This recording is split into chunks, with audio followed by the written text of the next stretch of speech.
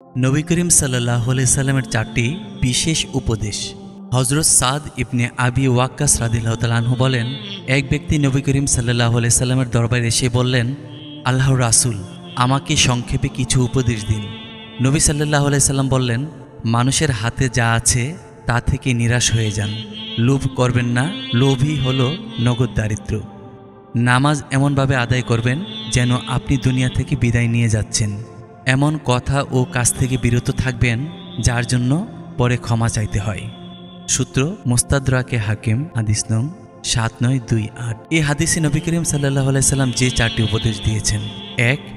মানুষের সম্পদে আশা বা লোভ করা যাবে না।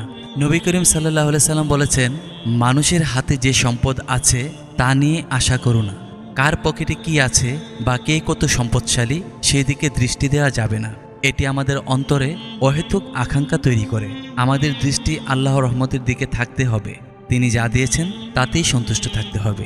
হঠাৎ কোনো প্রয়োজন দেখা দিলে প্রথম কাজ হলো আল্লাহর কাছে সাহায্য চাওয়া, সালাতুল হাজত পড়ে তার কাছে প্রার্থনা করা, এরপর বৈধ উপায়ে উপার্জনে বা নিজের প্রয়োজনের পূরণের চেষ্টা করা। এমনটি মনে করা বা আশা করা উচিত নয় যে কেউ এসে আমাকে সাহায্য করবে, অমুক ব্যক্তি এসে আমাকে উদ্ধার করবে। মানুষের কাছ থেকে কিছু পাওয়ার আশা বাদ দিতে হবে। আশা ভরসা থাকতে হবে শুধুমাত্র আল্লাহ তাআলার কাছে। 2. লোভ এড়িয়ে চলতে হবে। নবী করিম সাল্লাল্লাহু আলাইহি সাল্লাম উপদেশ দিয়েছেন, লোভ করা যাবে না। বলেছেন, লোভই হলো নগদ দারিদ্র্য। কারণ লোভের ফলে মানুষ নিজের অবস্থায় সন্তুষ্ট থাকতে পারে না। আল্লাহ যা দিয়েছেন তার উপর সন্তুষ্ট থাকা উচিত। নিজের অবস্থায় সন্তুষ্ট না হয়ে আরও বেশি পাওয়ার লোভ করতে থাকলে মানুষ কখনো অভাবমুক্ত হতে পারবে না। আরেকটি হাদিসে নবী করিম সাল্লাল্লাহু আলাইহি সাল্লাম বলেছেন, অভাব মুক্তি ও প্রাচুর্য সম্পদের আধিক্যের কারণে হয় না, বরং প্রকৃত প্রাচুর্য হল অন্তরের প্রাচুর্য।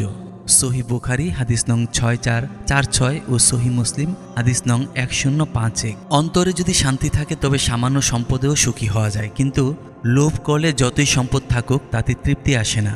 এমনকি 2 উপত্যকা সম্পদ পেলেও তৃতীয়টি চায়। অভাব থেকে বাঁচতে আমাদের লোভ কমিয়ে দিতে হবে। লোভ থেকে মুক্ত থাকলেই প্রকৃত সুখ ও শান্তির সন্ধান পাওয়া যায়। 3. নামাজ পড়তে হবে জীবনের শেষ নামাজ হিসাবে। নবী করিম সাল্লাল্লাহু আলাইহি সাল্লাম এমনভাবে নামাজ আদায় করতে উপদেশ দিয়েছেন যেন এটি জীবনের শেষ নামাজ।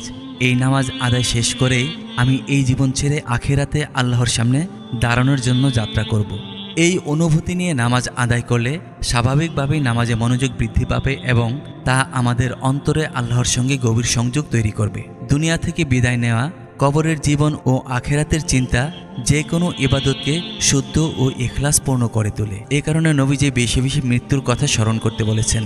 হযরত আবু হুরায়রা রাদিয়াল্লাহু তাআলা আনহু থেকে বর্ণিত, আল্লাহর রাসূল সাল্লাল্লাহু আলাইহি সাল্লাম বলেছেন, তোমরা সাধহরণকারী বিষয় অর্থাৎ মৃত্যুর আলোচনা বেশি বেশি করো। সূত্র সুনানে তিরমিজি হাদিস নং 2307। 4. এমন কথা ও কাজ থেকে বিরত থাকতে হবে যে কারণে পরে ক্ষমা চাইতে হয়।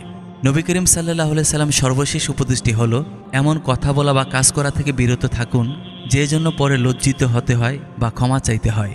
কোনো ভুল হয়ে গেলে অনুতপ্ত হওয়া, দুঃখ প্রকাশ করা ভালো গুণ, কিন্তু সতর্ক থাকা উচিত যেন এরকম কোনো কথাই আমি না বলি বা এমন কোনো কাজ না করি। একজন ব্যক্তিত্ববান ব্যক্তি অযথা কূট কথা বলা কিংবা অপ্রয়োজনীয় দ্বন্দ্ব এড়িয়ে চলে। যে কারণে কাজের পর সে অনুতপ্ত হতে হয়, সেই কাজ সে এড়িয়ে চলে। আল্লাহ আমাদেরকে নবী করিম সাল্লাল্লাহু আলাইহি সাল্লামের এই গুরুত্বপূর্ণ 4টি উপদেশ আমল করার এবং মেনে চলার তৌফিক দান করুন। আমিন।